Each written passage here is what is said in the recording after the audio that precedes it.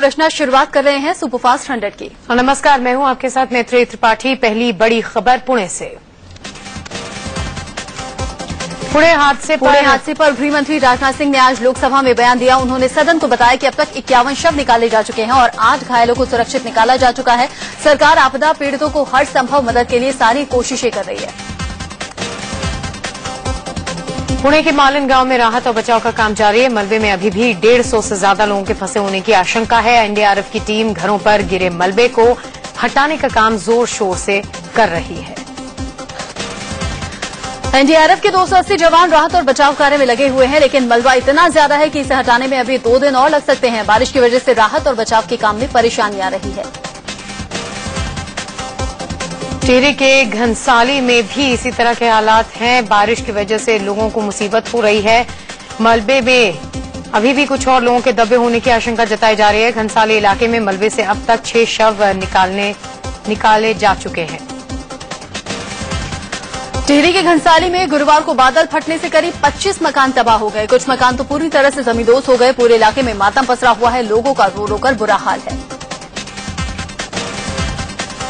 गुजरात के कच्छ से बाढ़ में बाइक सवार के बहने की दिल दहला देने वाली एक तस्वीर सामने आई है। तेज सैलाब के बीच से बाइक सवार निकलने की कोशिश करता है, लेकिन बाढ़ को पार करने से पहले बाइक बाढ़ में बह जाती है। बाढ़ के किनारे खड़े लोग बाइक सवार को बचाने की कोशिश करते हैं, लेकिन इससे पहले ही वो बाइक सवार तक पहुंच पाते बाइक बह जाती है। देखते ही देखते बाइक और उस पर सवार शख्स सैलाब के आगोश में समा जाते हैं। अहमदाबाद के शहरी इलाके चिनू भाईपात में बारिश के बाद एक बड़ी मछली सड़क पर आ गई। सड़क पर भर चुके पानी में ये इधर से उधर भागती रही। आसपास के लोग भी मछली को इस तरह देखकर हैरान रह गए। गुजरात के कच्छ जिले के बाइबर गांव में एयरफोर्स का एक प्लेन क्रैश हो गया। खबर है कि प्लेन में मौजूद दोनों पायलट सुरक्षित बच गए। विमान गिरने से जमीन में 15 फीट का गड्ढा हो गया। कयास लगाए जा रहे हैं कि तकनीकी खराबी की वजह से हादसा हुआ। छत्तीसगढ़ की राजधानी रायपुर में नवभारत फ्यूज कंपनी में हुए जोरदार धमाके में 5 मजदूरों की मौत हो गई। धमाके के बाद फैक्ट्री में अफरा तफरी मच गई। कुछ मजदूरों के घायल होने की भी खबर है। धमाके की वजह साफ फिलहाल नहीं है। बताया जा रहा है कि फैक्ट्री में विस्फोटक बनाने का काम होता है। मजदूर विस्फोटक बनाने के काम में लगे हुए थे। इसी बीच अचानक जोरदार धमाका हो गया। मेरठ में एक पेपर मिल का बॉयलर फटने से अफरा तफरी मच गई। हादसे में एक मजदूर की मौत हो गई, जबकि करीब 1 दर्जन मजदूर जख्मी हो गए। बॉयलर ब्लास्ट होने के बाद फैक्ट्री में आग लग गई। फायर ब्रिगेड ने वक्त रहते आग पर काबू पा लिया। धमाके में जख्मी हुए मजदूरों को इलाज के लिए अस्पताल में भर्ती करवाया गया है। हरियाणा के रोहतक में सांपला रेलवे स्टेशन के पास शताब्दी ट्रेन ने ट्रक को टक्कर मार दी। हादसे में ट्रक का ड्राइवर गंभीर रूप से जख्मी हो गया। गुरुवार की रात करीब 9 बजे का ये हादसा है। मानव रहित फाटक को पार करने की कोशिश में ये ट्रक लुधियाना से दिल्ली आ रही शताब्दी ट्रेन से टकरा गया। कानपुर के ज्योति मर्डर केस में पुलिस ने आरोपी और ज्योति के पति पीयूष को कानपुर जिला कारागार पहुंचाकर रिमांड पर ले लिया। कल कोर्ट ने पीयूष को 10 घंटे की पुलिस कस्टडी में भेजने का फैसला सुनाया था। हालांकि पुलिस ने 4 दिन की रिमांड मांगी थी। कानपुर के ज्योति मर्डर केस में एक और हैरान करने वाला खुलासा हुआ है। पुलिस के मुताबिक पीयूष ने ज्योति के हत्यारों को फोन करके उसकी चीख सुनाने को कहा था। पीयूष ने कहा था कि जरा ज्योति के चीखने की आवाज सुना दो, दिल को ठंडक मिल जाएगी। पुलिस के मुताबिक ज्योति के हाथ में पीयूष के बाल मिले थे। पुलिस ने बताया कि जब पीयूष ने हत्यारों को देखा तो वो कार रोककर उतरने लगा, तब ज्योति को शक हो गया। उसी दौरान ज्योति ने पीयूष के बाल और कॉलर को पकड़ा था। यूपीएससी के मुद्दे पर संसद को दोनों सदनों में जोरदार हंगामा हुआ। हंगामे की वजह से राज्यसभा की कार्यवाही बार बार स्थगित करनी पड़ी। कांग्रेस के प्रमोद तिवारी, जेडीयू के शरद यादव और एसपी के नरेश अग्रवाल ने यूपीएससी का मुद्दा उठाया। विपक्षी नेताओं ने मुद्दे को जल्द समाधान उसका ढूंढने की बात कही। यूपीएससी के मुद्दे पर गृह मंत्री राजनाथ सिंह ने राज्यसभा में जवाब दिया। उन्होंने कहा कि वर्मा कमेटी की रिपोर्ट पर विचार किया जा रहा है। सरकार जल्द से जल्द इस मामले का समाधान चाहती है। इसे हम लोगों ने बहुत ही गंभीरता पूर्वक लिया है। हर पहलू पर सरकार विचार कर रही है। एक रिपोर्ट कि वर्मा कमेटी की रिपोर्ट पर विचार किया जा रहा है। सरकार जल्द से जल्द इस मामले का समाधान चाहती है। इसे हम लोगों ने बहुत ही गंभीरता पूर्वक लिया है। हर पहलू पर सरकार विचार कर रही है। एक रिपोर्ट कमेटी की जो यूनियन पब्लिक सर्विस कमीशन के द्वारा बनाई गई थी, उसकी रिपोर्ट अभी 1 दिन पहले ही प्राप्त हुई है और उस रिपोर्ट का अध्ययन किया जा रहा है। सरकार चाहती है कि जल्दी से जल्दी इस समस्या का समाधान हो जाए। सूत्रों के हवाले से खबर है कि सरकार इस मुद्दे पर 3 से 4 दिनों में फैसला ले सकती है। 3 से 4 दिन के अंदर ये साफ कर दिया जाएगा कि यूपीएससी में परीक्षा का पैटर्न बदला जाएगा या फिर नहीं। कार्मिक राज्य मंत्री ने इस पर जल्द फैसले के संकेत दिए हैं। लोकसभा में यूपीएससी के मुद्दे पर बहस के बीच सांसद राजेश रंजन उर्फ पप्पू यादव इतने उत्तेजित हो गए कि उन्होंने अखबार की प्रतियां फाड़कर स्पीकर की तरफ फेंक दी। यादव चाह रहे थे कि इस मुद्दे पर उन्हें गृह मंत्री के सवाल करने की इजाजत दी जाए। इससे पहले यूपीएससी में सीसैट को लेकर चल रहे विवाद को सुलझाने के लिए बनी अरविंद वर्मा कमेटी ने केंद्र सरकार को अपनी रिपोर्ट सौंप दी है। माना जा रहा है कि इस रिपोर्ट के बाद हिंदी छात्रों को बड़ी राहत मिल सकती है। नेशनल हेराल्ड केस में कांग्रेस अध्यक्ष सोनिया गांधी और उपाध्यक्ष राहुल गांधी के खिलाफ प्रवर्तन निदेशालय ने प्रारंभिक जांच का केस दर्ज कर लिया है। अगर जांच में फेमा के उल्लंघन की शिकायत सही पाई जाती है तो इन नेताओं के खिलाफ रेगुलर केस दर्ज किया जाएगा। बीजेपी नेता सुब्रमण्यम स्वामी ने ईडी से नेशनल हेराल्ड के मामले की जांच कराने की अपील की है। उन्होंने प्रवर्तन निदेशालय के डायरेक्टर को इस मामले से जुड़े दस्तावेज भी सौंपे हैं। उधर सोनिया ने इस मामले को कोर्ट में होने की बात कहकर कुछ भी कहने से मना कर दिया है। नेशनल हेराल्ड केस में सोनिया और राहुल गांधी को समन भेजे जाने के मामले में दिल्ली हाईकोर्ट में सुनवाई मंगलवार तक टल गई। इस मामले में 7 अगस्त को निचली अदालत में पेशी के आदेश को हाईकोर्ट में चुनौती दी गई है। बीजेपी नेता सुब्रमण्यम स्वामी ने आरोप लगाया था कि सोनिया और राहुल गांधी ने गलत तरीके से नेशनल हेराल्ड अखबार की संपत्तियों पर कब्जा कर लिया है। स्वामी की याचिका पर पटियाला हाउस कोर्ट ने दोनों नेताओं को समन जारी किया है। दिल्ली में ई रिक्शा पर लगी रोक के मसले को लेकर दिल्ली बीजेपी के अध्यक्ष सतीश उपाध्याय के साथ बीजेपी का एक डेलीगेशन उपराज्यपाल नजीब जंग से मिला। नितिन गडकरी ने ई रिक्शा पर बैन नहीं लगने की बात कही थी, लेकिन हाईकोर्ट के फैसले के बाद अब बीजेपी बीच का रास्ता निकालने की कोशिश में है। उधर कांग्रेस ने भी हाईकोर्ट के ई रिक्शा बैन करने वाले फैसले पर सवाल उठा दिए हैं। दरअसल दिल्ली में करीब 1.5 लाख से ज्यादा ई रिक्शा दिल्ली की सड़कों पर दौड़ते हैं। जाहिर है राजनीतिक पार्टियों को इसमें एक बड़ा वोट बैंक नजर आता है। माना जा रहा है कि कांग्रेस बीजेपी की इसी वोट बैंक पर नजर है। बीजेपी से जुड़ने की कोशिशों में लगे हरियाणा के सांसद चौधरी बीरेंद्र सिंह को कांग्रेस ने वर्किंग कमेटी से हटा दिया है। कांग्रेस के सीनियर नेताओं ने बीरेंद्र सिंह से जवाब मांगा है कि वो बीजेपी के नेताओं से क्यों मिले। अमेरिका की ओर से भारतीय नेताओं की जासूसी के मुद्दे पर सरकार के रुख ने विपक्ष को हमले का मौका दे दिया है। गुरुवार को अमेरिकी विदेश मंत्री जॉन केरी से बातचीत के दौरान भारतीय विदेश मंत्री सुषमा स्वराज ने जासूसी का मुद्दा उठाया, उसे पूरी तरह से अनुचित करार दिया। सुषमा स्वराज के इस रुख से साफ हो गया कि मोदी सरकार मानती है कि अमेरिका भारत नेताओं की जासूसी करा रहा है, जबकि कुछ दिन पहले ही गृह मंत्री राजनाथ सिंह ने संसद के अंदर बयान दिया था कि जासूसी की खबरें निराधार हैं।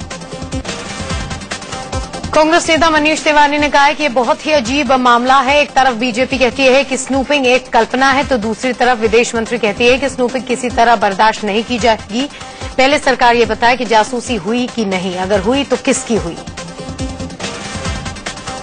अमेरिकी विदेश मंत्री जॉन केरी और प्रधानमंत्री नरेंद्र मोदी के बीच में मुलाकात खत्म हो गई है। दोनों के बीच 7 RCR में करीब घंटे भर बात चली। केरी ने पीएम को ओबामा के न्योते का पत्र सौंपा। दोनों के बीच हुई इस मुलाकात में सितंबर में होने वाली मोदी के अमेरिकी दौरे पर चर्चा हुई। साथ ही दोनों देशों के बीच रक्षा, निवेश और ऊर्जा के क्षेत्र में भागीदारी पर भी बातचीत हुई। पीएम मोदी से मुलाकात से पहले अमेरिकी विदेश मंत्री ने बड़ा बयान दिया था। एक निजी चैनल से बातचीत में केरी ने कहा कि मोदी के वीजा पर बैन पिछली सरकार ने लगाया था, लेकिन हम उनका स्वागत करेंगे। गुजरात दंगों का हवाला देकर अमेरिका की तत्कालीन जॉर्ज डब्ल्यू बुश सरकार ने मोदी के अमेरिका वीजा पर प्रतिबंध लगा दिया था। तब मोदी गुजरात के मुख्यमंत्री थे, लेकिन मोदी के पीएम बनने के बाद अमेरिका ने लचीला रुख अपना लिया है। अमेरिका ने 2007 के बाद पहली बार अपनी सालाना इंटरनेशनल रिलीजियस फ्रीडम रिपोर्ट में 2002 के गुजरात दंगों के संबंध में प्रधानमंत्री नरेंद्र मोदी के सभी जिक्र हटा दिए। अमेरिकी विदेश मंत्री जॉन केरी ने भारत यात्रा से 2 दिन पहले 2013 के लिए ये रिपोर्ट जारी की। अमेरिका गुजरात दंगों की वजह से 1 दशक से भी ज्यादा समय तक मोदी को वीजा देने से इंकार करता रहा है और अब इस बदलाव को उनके साथ जुड़ने की एक कोशिश के तौर पर देखा जा रहा है। लोकसभा चुनाव में बीजेपी की जीत के बाद अमेरिका को अपना रवैया बदलने पर मजबूर होना पड़ा है। नटवर सिंह की किताब one life is not enough बाजार में आ गई है। किताब में खुलासा किया गया है कि 2004 में सोनिया गांधी के पीएम नहीं बनने की बड़ी वजह राहुल गांधी थे। राहुल को डर था कि अगर उनकी मां पीएम बनी तो पिता और दादी की तरह उनकी भी हत्या हो जाएगी। इससे पहले नटवर सिंह के खिताब पर कांग्रेस की राष्ट्रीय अध्यक्ष सोनिया गांधी ने तीखी प्रतिक्रिया जाहिर की। सोनिया गांधी ने कहा कि मैं भी अपनी एक किताब लिखूंगी जिसमें आने के बाद सब सच सामने आ जाएगा। सोनिया गांधी ने कहा कि वो नटवर सिंह के आरोपों से आहत नहीं है। उन्होंने ये भी साफ किया कि नटवर सिंह की किताब को छपने से रोकने के लिए उनकी ओर से कोई कोशिश नहीं की गई। नए सेना प्रमुख दलबीर सिंह सुहाग ने थल सेना का कार्यभार संभाल लिया है। कार्यभार संभालने के बाद दलबीर सिंह सुहाग इंडिया गेट पहुंचे, जहां उन्होंने अमर जवान ज्योति पर शहीदों को श्रद्धांजलि दी।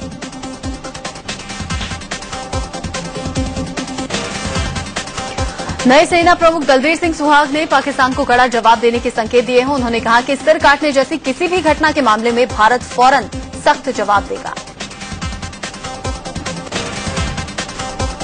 नए थल सेना प्रमुख दलबीर सिंह सुहाग को गार्ड ऑफ ऑनर दिया गया। इस मौके पर उन्होंने अधिकारियों और जवानों से मुलाकात की।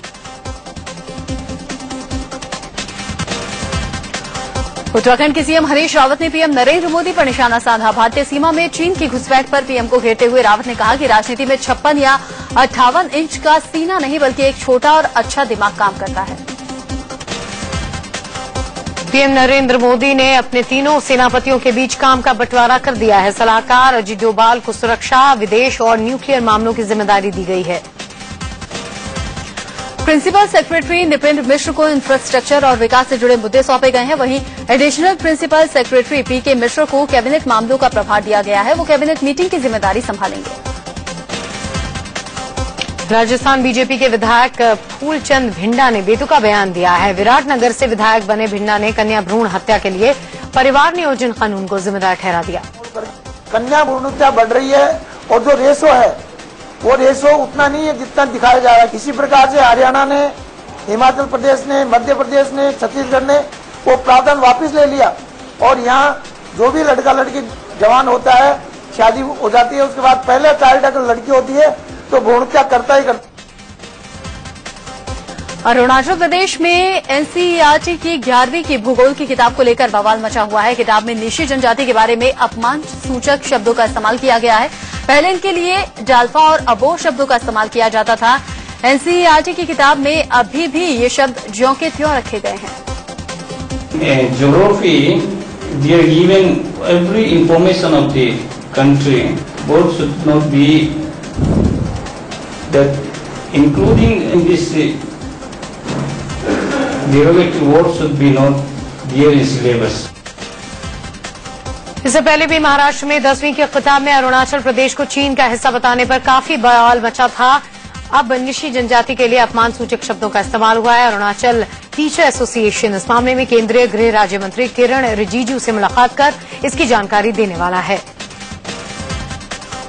सुप्रीम कोर्ट ने मोदी सरकार को फटकार लगाते हुए कहा है कि देश में आपराधिक मामलों में सुनवाई बहुत धीमी गति से चल रही है। इसे तेज करने की जरूरत है। साथ ही केंद्र सरकार 4 हफ्तों में राज्य सरकारों से बात करे कि कैसे तेजी से मामले निपटाए जा सकते हैं। सहारा प्रमुख की अर्जी पर आज सुप्रीम कोर्ट अहम आदेश सुना सकता है। कोर्ट ने सहारा प्रमुख से कहा है कि वो विदेशी खरीदारों से संपर्क साधने के लिए फोन और कंप्यूटर की डिटेल सौंपे। इससे पहले कोर्ट ने उन्हें बैरक से बाहर आने और जेल परिसर के मीटिंग रूम के इस्तेमाल की इजाजत दी है। दिल्ली हाईकोर्ट में जस्टिस मार्कंडी काटजू के आरोपों की सीबीआई जांच की मांग पर आज सुनवाई होनी है। काटजू ने आरोप लगाया था कि मद्रास हाईकोर्ट के एक जज को बचाने के लिए 3 पूर्व मुख्य न्यायाधीशों ने संदेहपूर्ण भूमिका निभाई थी। बॉम्बे हाईकोर्ट ने मुंबई और नवी मुंबई में इजाजत के बिना मस्जिद के ऊपर लगाए गए लाउडस्पीकर्स को हटाने का निर्देश दिया है। कोर्ट ने कहा है कि जहां भी गैर कानूनी तरीके से लाउडस्पीकर लगे हैं जब्त कर लिए जाएं। दिल्ली बीजेपी नेता लखी राम शर्मा पर सफदरजंग थाने में एफआईआर दर्ज की गई है। उनके ऊपर सरकारी संपत्ति पर पोस्टर लगवाने का आरोप है। हालांकि उन्होंने एफआईआर की जानकारी होने से इनकार किया। सहारनपुर में आज से सभी इलाकों में एक साथ 8 घंटे की ढील दी जाएगी। स्थानीय प्रशासन ने कर्फ्यू में ढील के लिए सुबह 10 से शाम 6 बजे तक का वक्त तय किया है। प्रशासन ने एक बाइक से 2 लोगों के चलने पर भी रोक लगा रखी है। लखनऊ में छात्र संघ चुनाव की बहाली की मांग को लेकर केकेसी पीजी कॉलेज के छात्रों ने प्रदर्शन किया। छात्रों ने प्रदेश सरकार पर वादा खिलाफी का आरोप लगाते हुए चेतावनी दी कि सरकार जल्द चुनावों को हरी झंडी दे।